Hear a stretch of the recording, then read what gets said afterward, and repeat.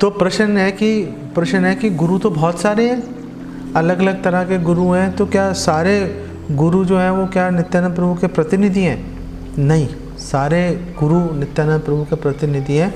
पहली बात ये समझ लो कि 4 प्रमाणिक संप्रदाय हैं जो स्वयं भगवान कृष्ण ने अपने 4 भक्तों के माध्यम से स्थापित किए। उन 4 संप्रदायों में से किसी भी, इस्कॉन अकेला नहीं है, पहली बात ये समझ लो। ऐसा नहीं है कि इस्कॉन अकेला ही एक प्रमाणिक संप्रदाय है। जो शिव जी से भी एक रुद्र संप्रदाय चला, लक्ष्मी जी से श्री संप्रदाय चला, 4 कुमारों से जो है कुमार संप्रदाय चला, और ब्रह्मा जी से ब्रह्म गौड़ीय वैष्णव जो है वो संप्रदाय चला। हम लोग ब्रह्मा जी के संप्रदाय के अंदर हैं। तो अगर कोई श्री संप्रदाय में जो है जाकर अगर वो एक उनकी परंपरा में शरण लेता है, कोई समस्या नहीं है, उसको फल मिलेगा, वो वैकुंठ धाम में प्रवेश करने का अधिकारी बन जाएगा। इन 4 आश्रम, इन 4 जो संप्रदाय हैं, इससे बाहर जितने भी लोग हैं, चाहे कितने ही अच्छे वक्ता क्यों ना हो, वो सारे बेकार है। संप्रदाय विहीना ये मंत्रा ते निष्फला मता। संप्रदाय विहीन कोई भी मंत्र जप करेगा निष्फल है। निष्फल का मतलब उससे उनको पुण्य स्वर्ग आदि फलों की प्राप्ति तो हो जाएगी, लेकिन कृष्ण प्रेम का फल नहीं मिलेगा। अब जो 4 संप्रदाय हैं, अब ये 4 संप्रदाय और गौड़ीय वैष्णव संप्रदाय जिसके अंदर हम लोग हैं, उसमें क्या भेद है? जो बाकी के 3 संप्रदाय हैं उससे हम लोग भगवान की सेवा करने का अवसर मिल जाएगा, हम भगवत धाम भी प्रवेश कर जाएंगे, कोई संशय नहीं है। लेकिन महाप्रभु एक विशिष्ट वस्तु देने आया। महाप्रभु जो है वो विरह में भगवान की सेवा करने का जो अवसर है वो प्रदान करने आए हैं। वो केवल और केवल गौड़िया संप्रदाय में जो श्री चैतन्य महाप्रभु के अनुयायी हैं, केवल उन्हीं का अनुगत्य स्वीकार करने के लिए, उन्हीं का दासत्व स्वीकार करने से ही प्राप्त होगा, अदरवाइज प्राप्ति नहीं हो सकता। ये एक डिफरेंस है। तो आपका प्रश्न है जो हित हरिवंश वाले हैं, राधा वल्लभ जी जो है मंदिर है बांके बिहारी जी के सामने ही पड़ता है।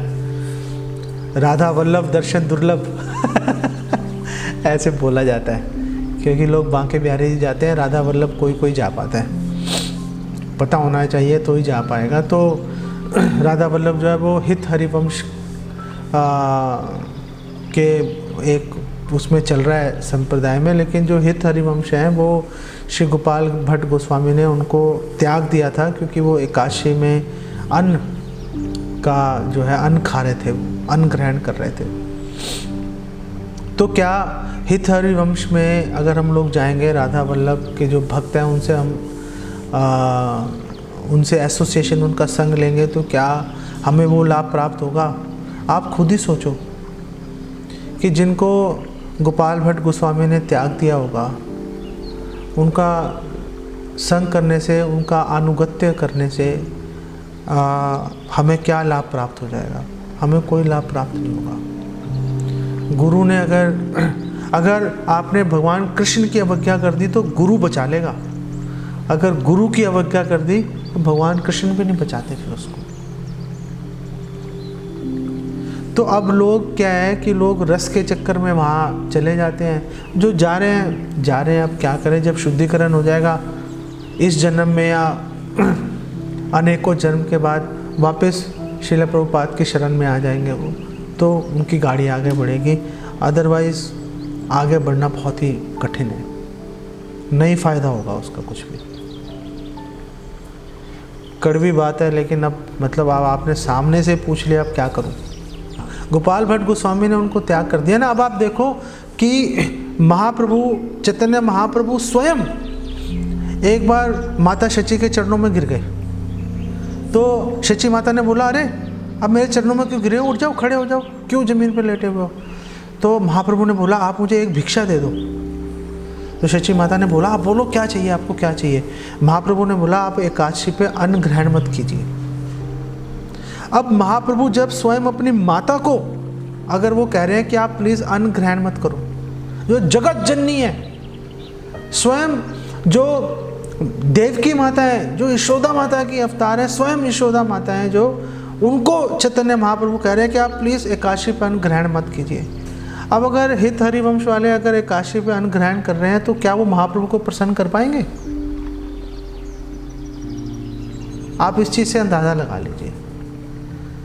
तो आपने गुरु की अवज्ञा कर दी, महाप्रभु की इच्छा को आपने जो है मतलब एक किनारे पे लगा दिया। आपने एक कोई अजीब सा उल्टा सीधा लॉजिक निकाल के ले आए कि हम तो लाडली जी के अनुयायी हैं, वो लाडली जी तो रखती नहीं है व्रत, तो हम क्यों रखें। ये कोई लॉजिक थोड़े ना है।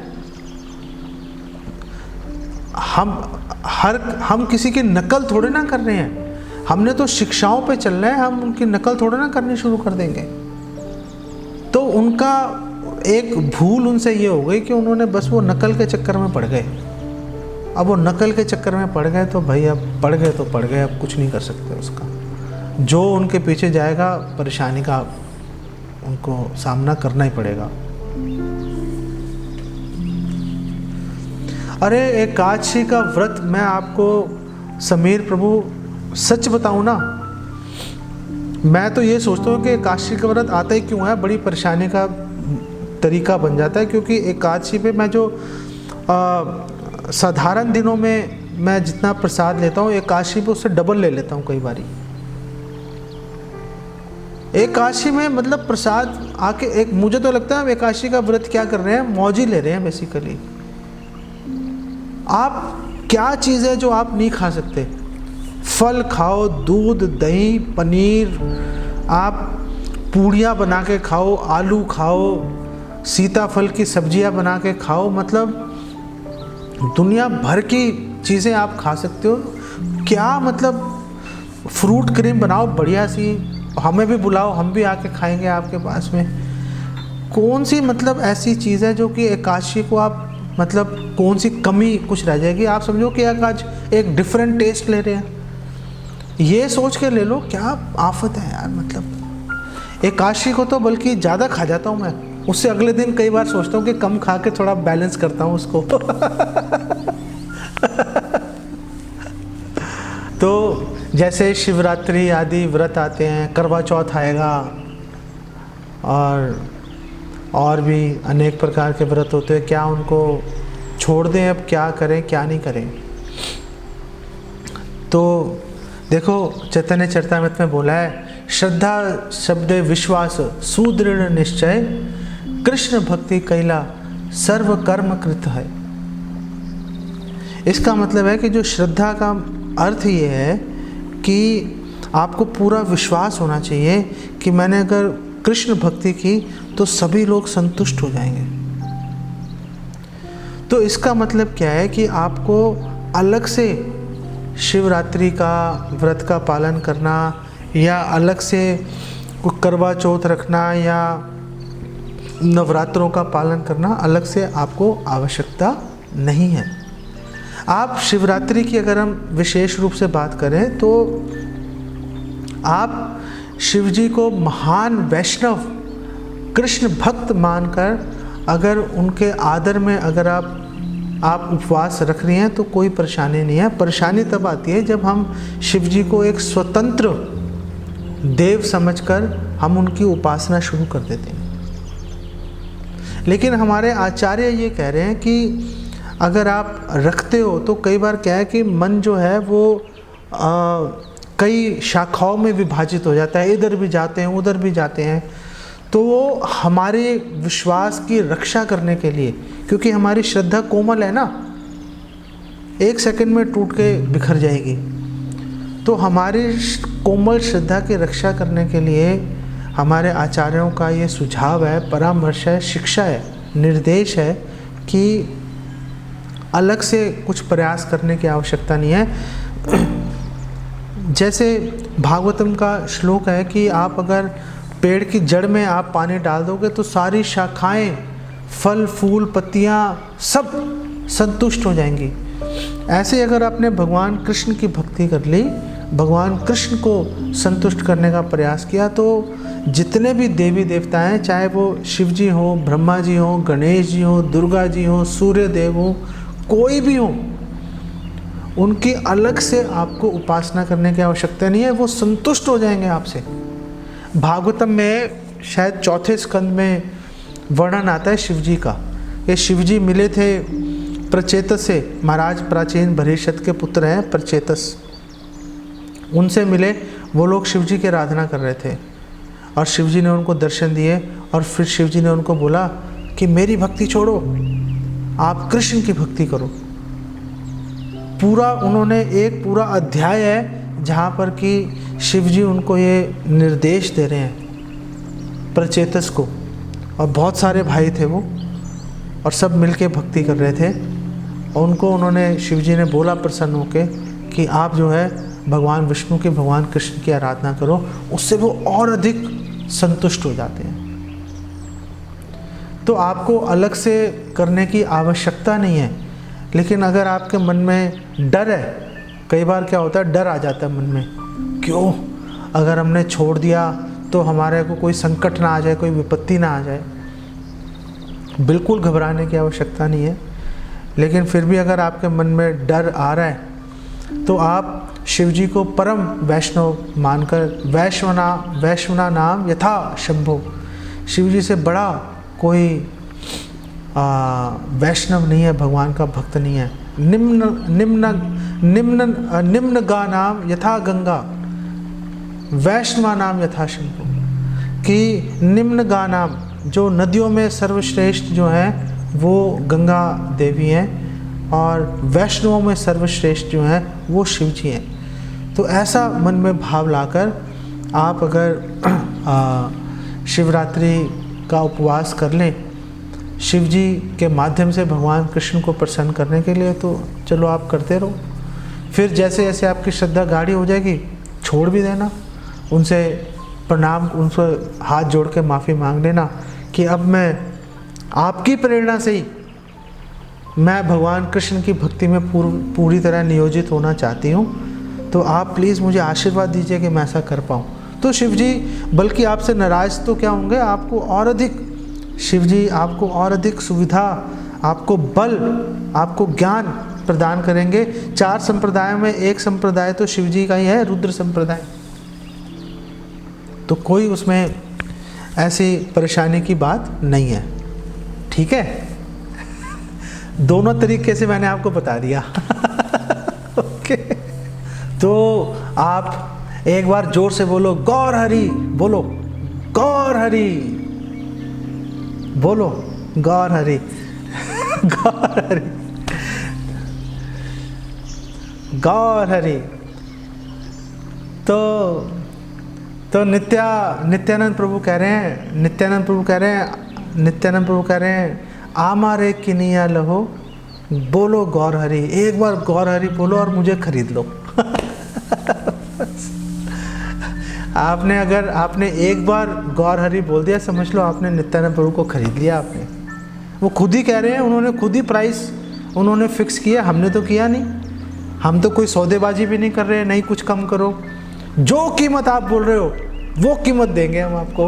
उन्होंने बोला कि गौर हरि बोल दो, बस यही कीमत है मुझे खरीदने की, ले लो भाई, हमने आपकी कीमत दे दी, अब आप हमारे हो गए, बात खत्म हो गई। जगाई मधाई जय विजय हैं भगवान के द्वारपाल। तो जगाई मधाई क्या पहले से ही पापी थे या भगवान की लीला में थे, ये प्रश्न है ना आपका।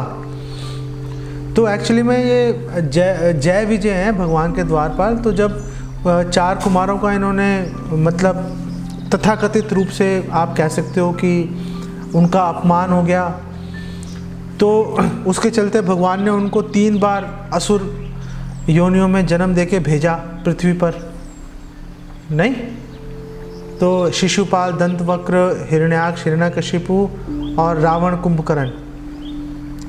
तो जब 3 उनके ये पूरे हो गए, जब ये 3 पूरे हो गए तो फिर उनको वापस चले जाना चाहिए था भगवत धाम। लेकिन उनको अचानक उनको पता चला कि ओ भगवान कृष्ण तो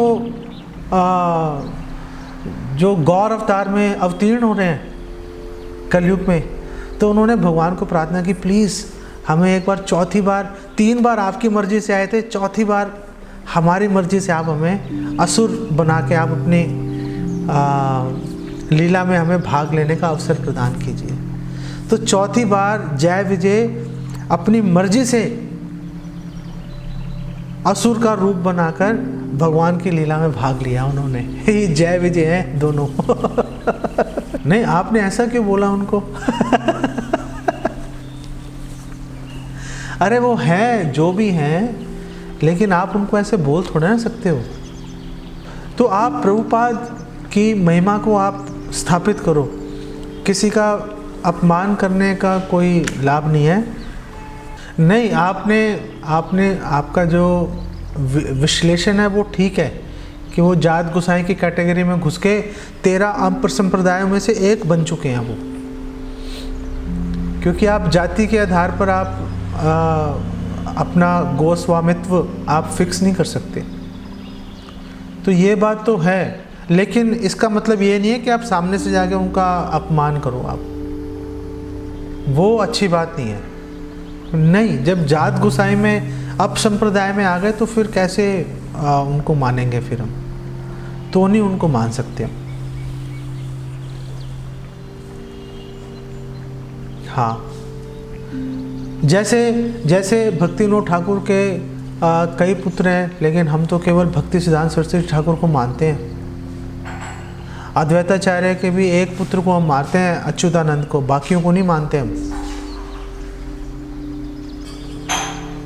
तो जिनमें वो गुण होंगे, जिनमें वो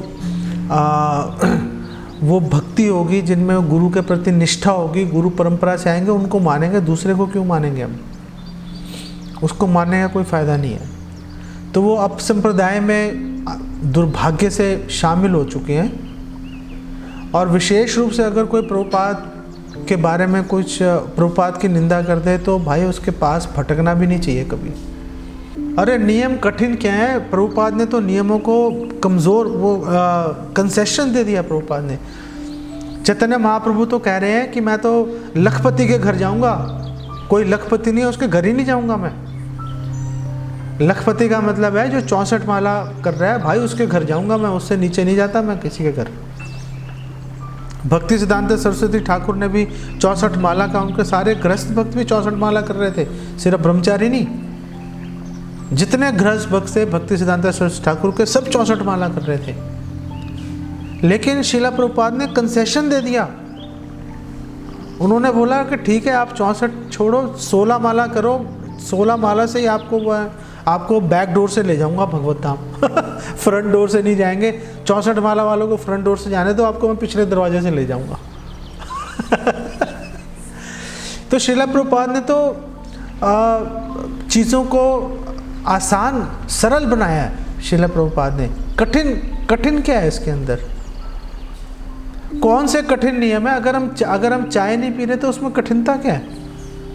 देखो ऐसा है शंकर प्रभु, पहली बात ये समझ लो आप, जो पहली बात है, आपने कभी कबड्डी का आपने गेम देखी है? कबड्डी की कबड्डी देखी है ना? अगर आप कबड्डी बोलते हुए दूसरे पाले में जा रहे हो, तो अगर आप में शक्ति है, आप सांस कंट्रोल करने की ताकत है आप में, तो ही तो आप आगे तक जाओगे। अगर आप में सांस, आपके अंदर सांस 20 सेकंड की है, आप आगे बढ़ गए, 1 मिनट लगा दिया, तो आप वहाँ पे जाके फंस जाओगे। वो आपको धर लेंगे, आप किसी को खींच के क्या लाओगे, वही आपको पकड़ के दबा लेंगे आपको वो। तो आप में जो क्षमता है उसके अनुसार व्यवहार करो। अभी आप में ताकत नहीं है ज़्यादा, तो आप जो आपके पाले की जो लाइन है ना, उसके पास जो दूसरे पाले में जाओ तो अपनी लाइन के पास खड़े होकर कबड्डी बोलते रहो, ताकि जैसे वो आपको पकड़ने आए एक छलांग मार के अपने पाले में आ जाओ, वापस सुरक्षित हो जाओ। अगर आपके पास ना अभी शास्त्रों की इतनी नॉलेज नहीं है आपके पास में, अभी आ जाएगी, कोई बड़ी बात नहीं है। आपने शुरू किया है, आप नियमित रूप से अध्ययन करोगे, क्लासेस में भाग लोगे, सीख ही लोगे आप। हमने भी सीख ही लिया थोड़ा बहुत। तो जब आपको धीरे धीरे नॉलेज आ जाएगी तो आपको पहली बात पता चल जाएगा कि भाई कौन सी फाइट पिक करनी है, कौन सी फाइट छोड़नी है, किस हद तक आप एक्सपोजर लेना है, वो आपको धीरे धीरे क्लैरिटी हो जाएगी। तब तक ये है कि भाई किसी के पीछे छुप के रहो आराम से। जैसे आप सपोज सिद्ध निताय प्रभु के साथ जा रहे हो, आप बोलो भाई जिससे भिड़ना है आप भिड़ो, हम तो आपके पीछे खड़े हैं।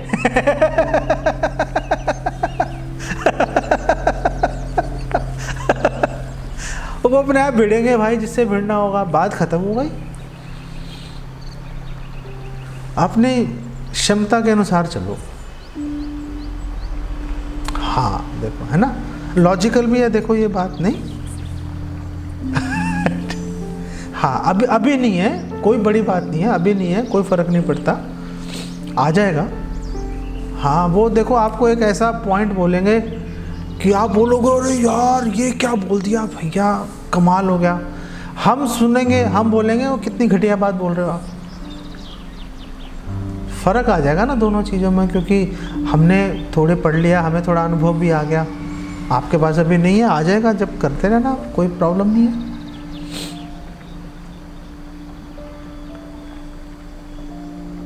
नहीं, अहंकार नहीं कह सकते, बचपना कह सकते हो आप।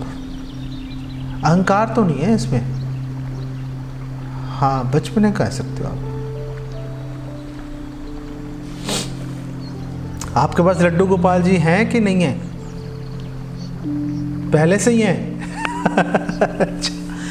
देखो हमारा जो संप्रदाय है उसमें लड्डू गोपाल जी की उपासना नहीं की जाती, हम लोग गौर निताई की उपासना करते हैं। तो अगर आप अभी लड्डू गोपाल जी की पूजा कर रहे हो, चलो आप करते रहो, और फिर जैसे ही आपको पहला अवसर मिले, अगर कोई और आपके परिवार में, आपके ख़ानदान में, आपके मित्रों के अंदर कोई अगर कोई लड्डू गोपाल जी की सेवा करना चाहे, तो आप लड्डू गोपाल जी अपने उनको दे दीजिए और फिर गौर निताई की सेवा शुरू कर दीजिए। आप तब तक करते रहो।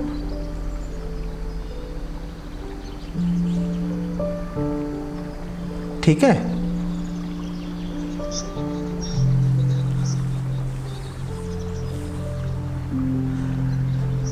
नहीं, एक्चुअली में लड्डू गोपाल जी तो मतलब कृष्ण ही है, उनकी सेवा करना ज़्यादा कठिन है। वैसे तो चैतन्य महाप्रभु भी कृष्ण ही है, लेकिन श्रीमती राधा रानी के भाव में है ना, तो वो मतलब एकोमोडेट कर लेते हैं, वो गलतियों को थोड़ा अनदेखा कर देते हैं। कृष्ण नहीं करते अनदेखा गलतियों को। तो लड्डू गोपाल जी की सेवा एक्चुअली में ज़्यादा कठिन है, अगर हम वैसे बात करें तो। गौर निताई की सेवा ज़्यादा आसान है। दूसरे को दी, उसने ढंग से नहीं की तो पाप आपको ना लग जाए, तो फिर आप लड्डू गोपाल जी को आप प्रवाहित कर सकते हो, अगर आपके मन में ऐसा ही विचार है तो। उनको आप गंगा जी में प्रवाहित कर दो, कोई परेशानी नहीं है। लोग प्रवाहित करते ही हैं भगवान के विग्रह गंगा जी में, जमुना जी में, तो उससे भी कोई परेशानी नहीं आएगी आपको।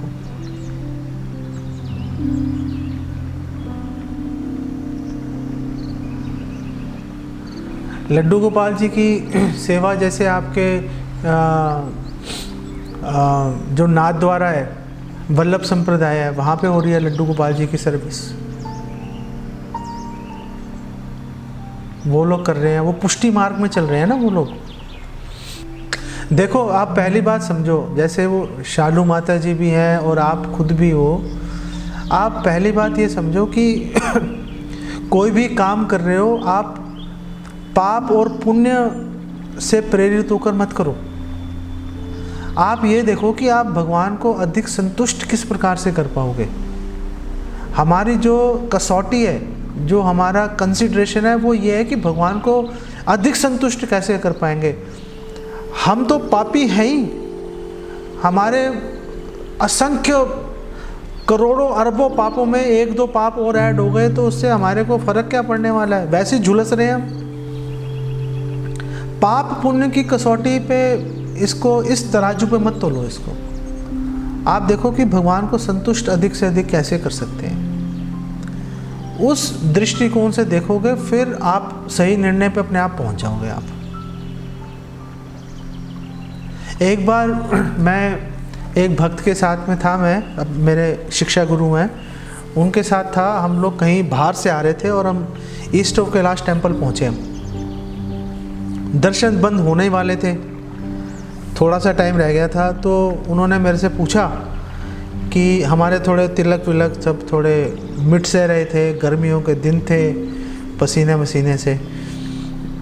तो उन्होंने मुझसे पूछा, उन्होंने कहा कि प्रभु बताओ पहले मतलब तिलक लगाएं, हाथ मुंह धो के फिर दर्शन के लिए जाएं या अभी जाकर दर्शन कर लें। मैंने कहा प्रभु तिलक कोई इतनी बड़ी बात थोड़े ना है, भगवान के दर्शन करते हैं वो ज़्यादा अच्छा है, भगवान के दर्शन कर लेंगे फिर बंद हो जाएंगे दर्शन। तो उन्होंने बोला नहीं, आप गलत आंसर दे रहे हो। आप ये देखो भगवान संतुष्ट कैसे होंगे, आप अपने संतोष के बारे में सोच रहे हो कि मुझे पाप ना लग जाए। आप ये देखो भगवान संतुष्ट कैसे होंगे।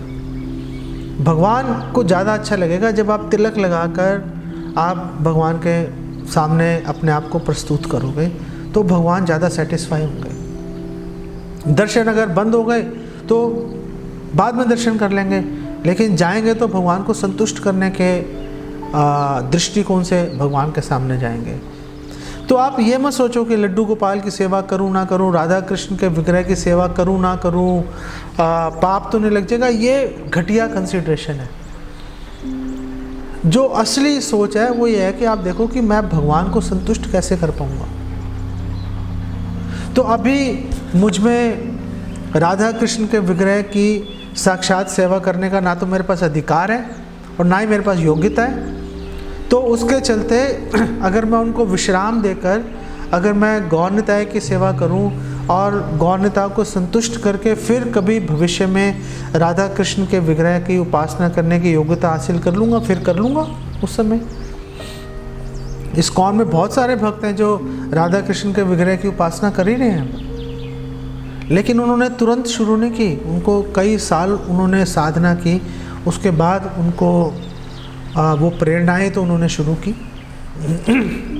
तो हम राधा कृष्ण के विग्रह की उपासना करने के हम विरुद्ध नहीं हैं, लेकिन योग्यता के अनुसार आचरण करेंगे वो ज़्यादा अच्छा रहेगा।